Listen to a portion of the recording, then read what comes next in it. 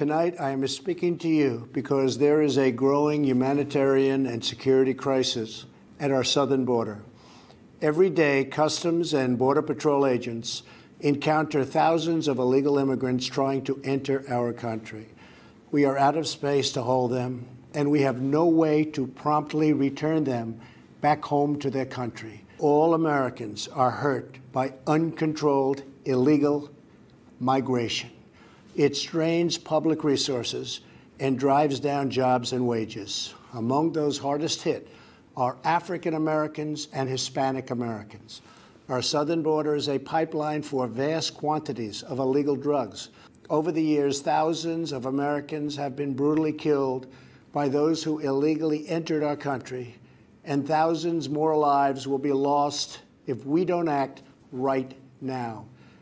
This is a humanitarian crisis, a crisis of the heart and a crisis of the soul.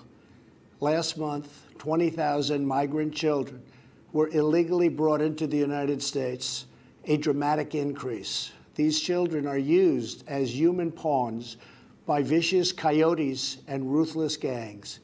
Finally, as part of an overall approach to border security, law enforcement professionals have requested $5.7 billion for a physical barrier.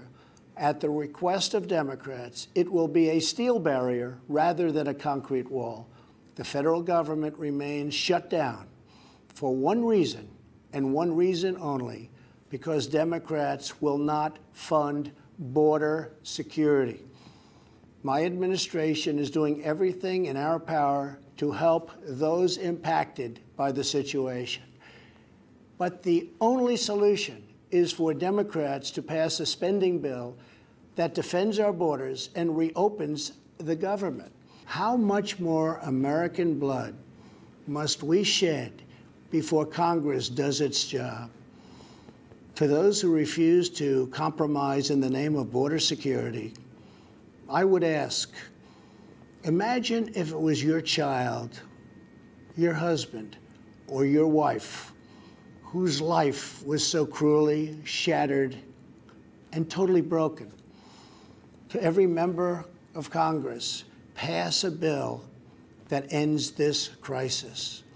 To every citizen, call Congress and tell them to finally, after all of these decades, secure our border.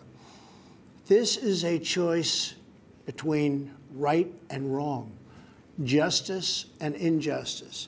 This is about whether we fulfill our sacred duty to the American citizens we serve. When I took the